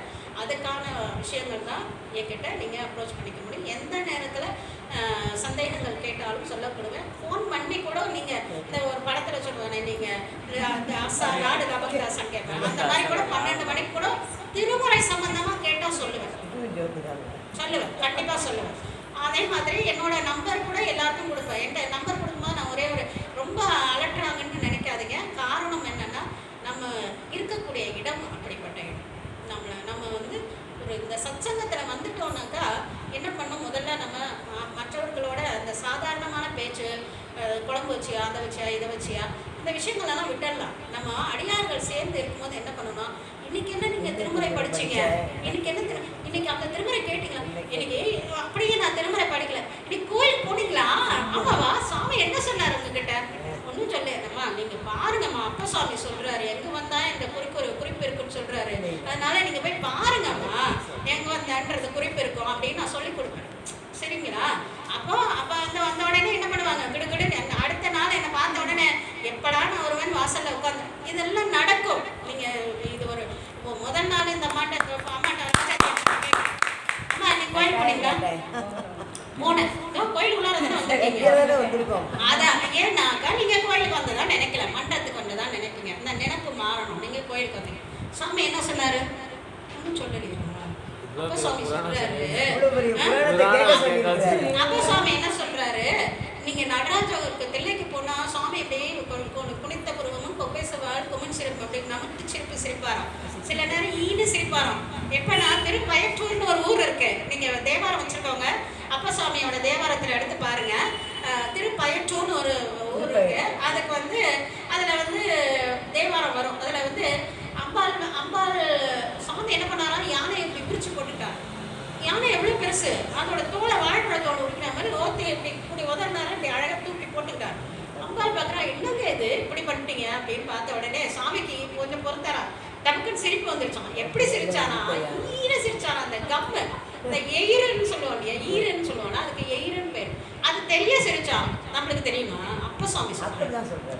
அப்போ அதே மாதிரி தான் சொல்றாரு, தில்லையில வந்துட்டு அவர் போனாராம், குமின் சிரிப்பும் கொப்பை சவால் குமின் சிரிப்புன்னு படிச்சோம் அப்படின்னு சொன்னாராம். அதுக்கப்புறம் பக்தனாய் பாடமாட்டேன் பரமனை பரமயோகி எத்தினால் அன்பு செய்ய என்னை இகழ வேண்டாம் அப்படி எங்க எதுக்கு வேணா அத்தாவும் ஆடல் காணுவோம், ஆடலை பார்க்கலான்னு வந்தேன் சாமி அப்படின்னாங்க. உடனே சுவாமி வந்து எங்க வந்தா என்ற திருக்குறிப்பு இருந்ததுதான். சுவாமி கேட்டா, நீ எப்பப்பா வந்த, எங்கப்பா வந்த, சாமி உங்க ஆடலை பார்க்கத்தான் வந்தேன்னு சொல்லி. ஓ அப்படின்னா சாமியை பார்த்தா பேசணுமா, ராஜாத்தியம்மா என்ன பண்ணுவாங்க, நாளைக்கு போயிட்டு சாமி கிட்ட போய் பேசிடுவாங்க. சாந்தகுமாரி அம்மா சொன்னாங்க, எப்போ சுவாமி ஒரு நாள் பேசுவார், அதை அவங்க வாசல்ல உட்காந்துட்டு இருப்பாங்க, எப்போ இந்த அம்மா வரும், இந்த அம்மாட்ட அந்த கதையை சொல்லலாம். இதெல்லாம் மாற்றம், இதெல்லாம் வந்து பெருமையோ தற்பெருமையெல்லாம் ஒன்றுமே கிடையாது. உங்ககிட்ட இதெல்லாம் தான் மாற்றங்கள் நிகழும். என்ன நிகழும்னாக்கா சீ பூம்பா அப்படின்னு ஒன்றும் நகராது. அந்த மாற்றங்கள் எப்படி நிகழும்னாக்கா மெதுவாக நீங்கள் என்ன பண்ணுவீங்க, சத்சங்கத்துக்கு வரும்போது, இந்த சங்கத்துக்கு வரும்பொழுது என்ன குழம்பு வச்சோம், என்ன சோறு ஆக்கணும், என்ன இது பண்ணணுன்றது பேச்சை குறைச்சிருவீங்க. அடுத்தது என்ன பண்ணுவீங்க, இன்றைக்கி நீங்கள் என்னம்மா படிச்சிங்க, நீங்கள் இது படிச்சுக்கணும், நாளைக்கு நம்ம இந்த 5 தேவாரம் படிச்சுட்டு வந்திருக்காங்க, நாளைக்கு நம்மளும் 4 தேவாரம். அது தப்பு கிடையாது, போட்டி கிடையாது, பொறாமை கிடையாது. சுவாமியை வழிபாடுறதுல நம்ம அதுவும் திருவானைக்காவில் இருந்துட்டு நம்ம போட்டி போடாத இருப்போமா, சிலந்தையும் ஆணையும் போட்டி போட்டு சுவாமியை வழிபாடு செய்தது. அதனால வழிபாட்டில் போட்டி இருக்கலாம், இன்னும் தப்புக்க, பொறாமை தான் இருக்கக்கூடாது, போட்டி இருக்கலாம். சரியா? அதை மாதிரி நம்மளும் படிப்போம் அப்படிவோம். அப்போ திடீர்னு ஒரு நாள் என்ன பண்ண நேரம் கிடைக்கும் போது டிவியை போடாத நம்ம ஏதோ மூச்சு பிடிக்க கத்திக்கிட்டு கிடந்தது இந்த பெரிய புராணம். நிஜம்தான், அவங்க சொன்னதெல்லாம் 12 13 பாட்டு இருக்குதா, 2 காண்டம் இருக்குதா, அதெல்லாம் இருக்குதா, இந்த திருத்தொண்ட தொகையை தான் விரிச்சு சொல்லியிருக்காங்களா, இந்த புத்தகத்தை தொட்டு பார்க்கலான்னு தொட்டு பார்ப்பீங்க. நான் ஒரு நாள் வாங்கி வச்சேன் இல்லையா, அந்த மாதிரி நீங்கள் தொட்டு பார்ப்பீங்க.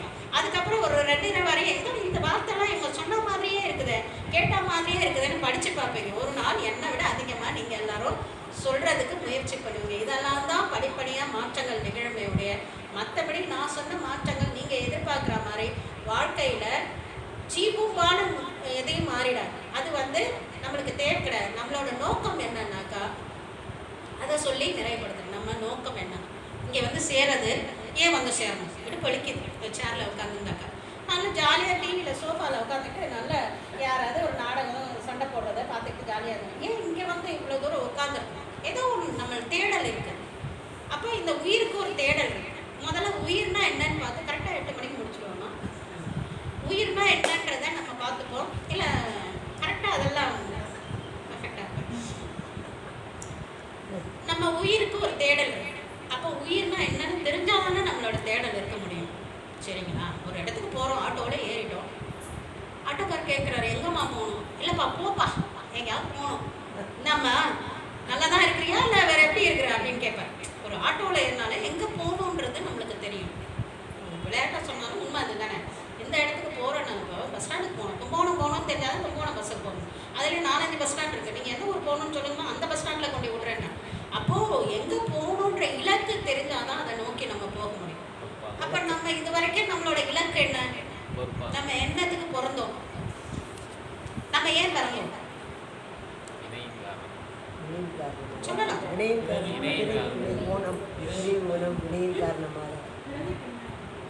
பிறவி பிறவி பயணம் அனுபவிக்கிறதுக்கு போறோம்.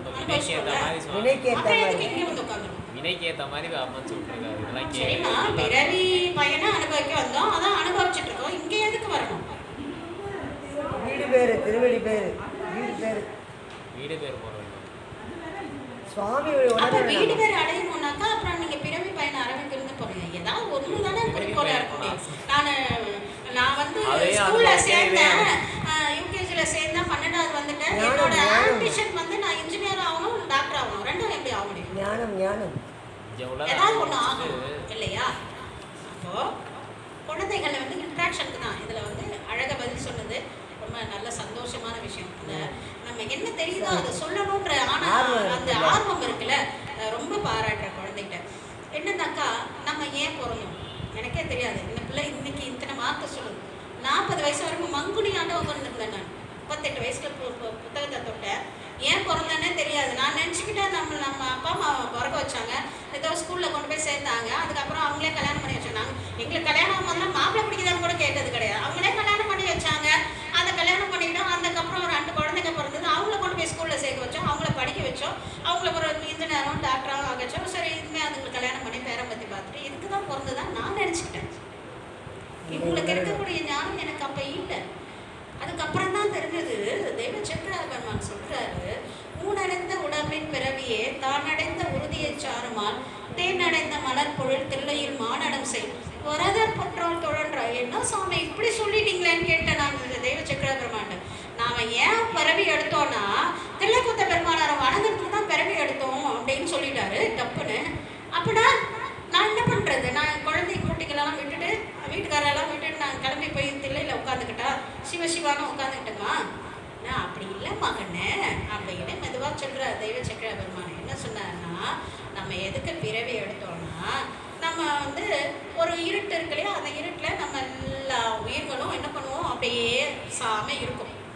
பிறவி எடுக்கிறதுக்கு முன்னாடி பேசாமல் இருக்கும். அப்போ என்ன பண்ணுவோம், ஒரு பிறவி எடுக்கணும்னு ஆசை வரும். ஆசை வந்தோடனே அந்த இது உயிர் என்ன பண்ணுவோம், டக்கு டக்குன்னு நெளியும். சாமி பாரு ஆசைப்பட்டுட்டியா, அதுக்கு தான் என்ன பண்ணுவோம், பெரியவங்களுக்குலாம் தெரியும். சாகும்போது எதையும் நினைக்காத, சுவாமியை எதையாவது நினச்சிட்டு இருந்தால் அதுக்காகவே ஒரு பிறவி எடுத்துருவேன் அப்படின்வாங்க. சாகும்போது தான் சங்கரா சங்கரான்னு சொல்லு, எல்லாத்தையும் நினச்சிக்கிட்டே போகாத, திருப்பி இதுக்குன்னு வந்து பிறப்பேன் அப்படின்வாங்க. ஆசைப்பட்டதெல்லாம் கொண்டு வந்து வாங்கி கொடு, திருப்பி இதுக்காக பிறவை. அப்போது அந்த உயிருக்கு ஒரு ஆசை இருந்ததுன்னா பிறவி மேலே ஆசை தான் நெளியும். சாமி பார்த்துட்டாரா, ஓகே உனக்கு டைம் வந்துருச்சா, இங்கே வா. அவர் நம்ம ரெக்கார்டு எடுத்து பார்ப்பாரு. அது கடக்கும் முட்டை முட்டையாக நல்வினை பயணம் ரெண்டும் இருக்கும். நல்லதும் செய்திருக்கும், தீவினையும் செய்திருக்கும். பார்ப்பார், இந்த சாந்தாக்கிட்ட மொத்த தீவினையும் போட்டால் அது பாவம் கஷ்டப்பட்டுரும், இதில் கொஞ்சம் அதில் கொஞ்சம் மிக்ஸ் அடிச்சிடுவோம் அப்படின்னு சொல்லிட்டு அதில் கொஞ்சம் இதில் கொஞ்சம் எடுப்பார்.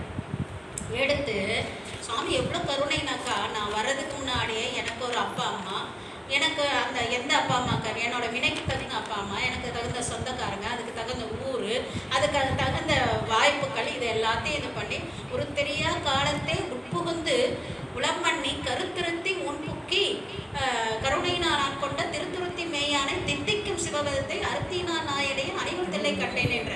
என்னன்னா சாமி என்ன பண்றாராம், ஒரு தெரிய அப்பாவோட விந்து அணுக்கள் ஆயிரக்கணக்கில் அம்மாவோட கருமுட்டையில போய் சேரும், ஆயிரக்கணக்கில் போய் சேரும். இன்னைக்கு இங்க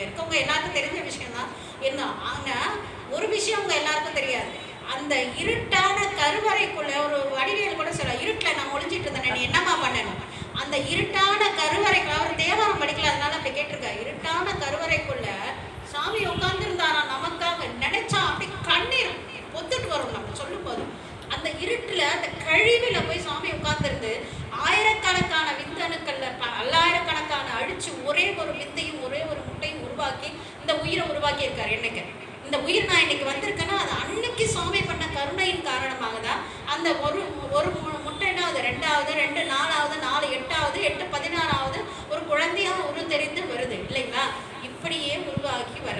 அப்போ இந்த வினைகளை நான் என்ன பண்ணணும்னாக்கா இது தெரிஞ்சுக்கிட்டு சுவாமியை வணங்கணும். இப்போ சுவாமியை வணங்கணும்னா பிறந்ததுலேருந்து சாமியாராக போயிட வேண்டியதானே. அப்புறம் எதுக்கு நமக்கு இத்தனை எல்லாம் சுவாமி கொடுத்துருக்காருன்னா நம்மளோட வினைகளை அனுபவிக்கிறதுக்கு தான். நல்வினை தீவினை கைத்தட்டலாம் பிள்ளைக்கு. நல்வினை தீவினை இரண்டையும் அனுபவிக்க தான் நாம வந்திருக்கிறோம். அந்த வந்திருக்கிறதுல எப்படி அனுபவிக்கணும், அந்த வாழ்க்கையை எப்படி வாழணும், அதோட சேர்ந்து இந்த வினைகளை எப்படி தீக்கணும், இது ரெண்டையும் எப்படி நம்ம கலக்க போறோன்றதை தான் பெரிய புராணம் சொல்லித்தரப்பு. புரியுதுங்களா? நல்லா புரியுதா? இப்போ நம்ம உயிர் இப்படிதான் ஒரு பிறவி எடுத்து வந்திருக்கு. அப்போ நம்ம சொல்லிட்ட உடனே நான் என்ன வந்து 38 வயசுல படிச்சுட்டேன். உயிர் வந்து சுவாமியை வணங்குறது தான் உயிர். நான் அப்படியே போயிட வேண்டியதானா? இல்லை. நான் ஒரு அம்மா. நான் முதல்ல ஒரு மகளாக பிறந்தேன். ஒரு அம்மா, ஒரு கணவனுக்கு மனைவி, ஒரு பிள்ளைகளுக்கு தாய், என் பேர பிள்ளைகளுக்கு பாட்டி, சகோதரிகளுக்கு ஒரு சகோதரி, இத்தனை பல இதில் என் கடமைகள்லாம் ஒன்றில் கூட நான் தவறக்கூடாது. எல்லாத்துலேயும் நான் இருக்க வேண்டும். இல்லறத்துலையும் இருக்க வேண்டும். இது எல்லாத்துலையும் இருந்து ஆனால் எல்லாத்தையும் உயிர் நாடியா நான் சிவத்தை நினைத்து இந்த வாழ்க்கையை வாழ வேண்டும். ரொம்ப சிம்பிள். நம்ம வாழற வாழ்க்கையை அப்படியே நல்லா நல்லா அழகான வீடு கட்டிக்கோங்க. 10 அடுக்கு மாடி வச்சு, அடியார்கள்லாம் நல்ல வசதியாக இருக்கணும். நல்ல 10 அடுக்கு மாடி வச்சு கட்டிக்கோங்க.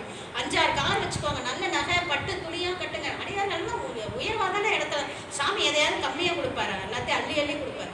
நல்லா இருங்க. ஆனால் மனதில் சிவத்தன்மையோடு இருக்கணும். ஏன் மனதில் சிவத்தன்மையோடு இருக்கும்? அதனால அவருக்கு என்ன அது லாபம் இருக்குதானாக்கா? அவரே பாவம் நட்ட பெருமான், அவருக்கு என்ன லாபம் இருக்க போகுது இல்லையா? அவருக்கு லாபம் ஒன்றும் கிடையாது. சிவத்தை நினைத்துட்டு இருக்கும்போது நாம் தீமை செய்யாது இருப்போம். வழிபாடுன்றது நம்மளை நெல்வழிப்படுத்துறதுக்கு தானே ஒழிய சாமிக்கு இதனால ஒரு லாபமும் கிடையாது. எல்லாம் சொல்லுவாங்க, ஏய் வாழைப்பழம் வாங்குற இடத்துல, தேங்காய் வாங்குற இடத்துல பார்த்தீங்கன்னா தேங்காவா நல்ல சாமிக்கு தானே, சும்மா 2 வாழைப்பழம் கொடுங்க சின்னதான். நமக்குன்னா நல்ல பெருசு பெருசாக நல்ல வாழைப்பழம், இது நாளைக்கு நல்லா இருக்குமா? இது சாமிக்கு தானே, சாமிக்கு தானே கதம்பம் கொடுங்க போதும். சாமிக்கு கதம்பம் அது பூக்காரியும் சொல்லுவாங்க. சாமிக்கு அம்மா கதம்பம் தட்டாது. உயர்ந்த பொருள்களை தான் ஈசனுக்கு அணிவிக்கணும். எப்பயுமே குறைந்த பொருள்களை இதெல்லாம் நம்மளோட மாற்றங்கள் வரும். இதெல்லாம் திருமுறை படித்தால் நமக்கு இதெல்லாம் தெரியும். இது தெரியாதது ஒன்றும் இல்லை. நம்ம இது எல்லாத்தையும் தெரிஞ்சுக்க போகிறோம். அப்போ என்ன பண்ணணும்? இதெல்லாம் வந்து நம்ம சுவாமிக்கே வணங்கிக்கிட்டே இருக்கணுமானாக்கா இல்லை. எல்லா வாழ்க்கையும் எப்படியெல்லாம் நமக்கு என்னெல்லாம் சுவாமி கொடுத்துருக்காரு. சுவாமி கொடுத்துருக்காரு, நல்ல வாழ்க்கை கொடுத்துருக்காரு, நல்ல கணவனை கொடுத்துருக்காரு, நல்ல மனைவியை கொடுத்துருக்காரு, நல்ல குழந்தைகளை கொடுத்துருக்காரு, நல்ல படிப்பு கொடுத்துருக்காரு, நல்ல செல்வம், எல்லாத்தையும் நல்லா அனுபவிச்சுப்போம். ஆனால் என்ன பண்ணணும்? சிவத்தை நினைச்சு அனுபவிக்கணும். சிவத்தை சொல்லி சொல்லி அனுபவிக்கணும். அது எப்படிமா சிவத்தை நினைச்சு அனுபவிக்கணும் சொல்லி அதை இந்த ஒரு நாளில் சொல்ல முடியாது. குறைந்தது 1 வருடமாக ஆகும். அதை உங்கள் மனதில் நான் பதிய வைக்கிறதுக்கு குறைந்தது ஒரு நம்ம அந்த புராணத்தை நம்ம இன்னைக்கு ஆரம்பிச்சிருக்கோம். சுவாமியோட திருவள்ள எவ்வளோ நாள் படிக்க போகிறோமோ, எத்தனை நேரம் போக போதோ அது எல்லாமே ஈசன் கணக்கு தான். ஆனால் கொஞ்சம் கொஞ்சமாக நாம் இந்த இடத்துக்கு இந்த கூடையை கழுவுன மாதிரி நம்ம கூடையில் தங்குதோ இல்லையா, நம்ம எல்லாருமே கூட தான், கூடையில் தண்ணி தங்குதோ இல்லையோ, ஆனால் நிச்சயமாக நான் உங்களுக்கு ஒரு வாக்கு கொடுக்குறேன், கூட சுத்தமாக அதில் எந்த இதுவும் இல்லை.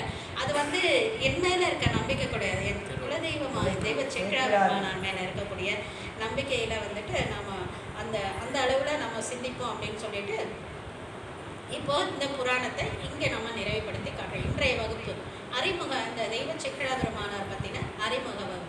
ஒரு சின்ன சம்மரி ஒரு 2 நிமிஷம் சொல்லிடுறேன் எனக்கு என்னெல்லாம் பார்த்தோன்றது. அதுக்கப்புறம் ஒரு 10 நிமிடங்கள் 10 மணித்துளிகள் உங்களோட சந்தேகங்களையும் உங்களோட எண்ணங்களையும் பின்னூட்டங்கள் இது நல்லா இருந்தது பிடிச்சிருந்ததுன்றதையும் சொல்கிறதுக்கு உங்களுக்கு ஒரு 10 நிமிடம். அதுக்கு முன்னாடி ஒரு 2 நிமிடம் வந்து அடியன் வந்து என்னெல்லாம் இன்னைக்கு சொன்னதை ஒரு சம்மரைஸ் பண்ணிடுறேன். ஓகேவா? இதுதான் நம்மளோட திட்டம்.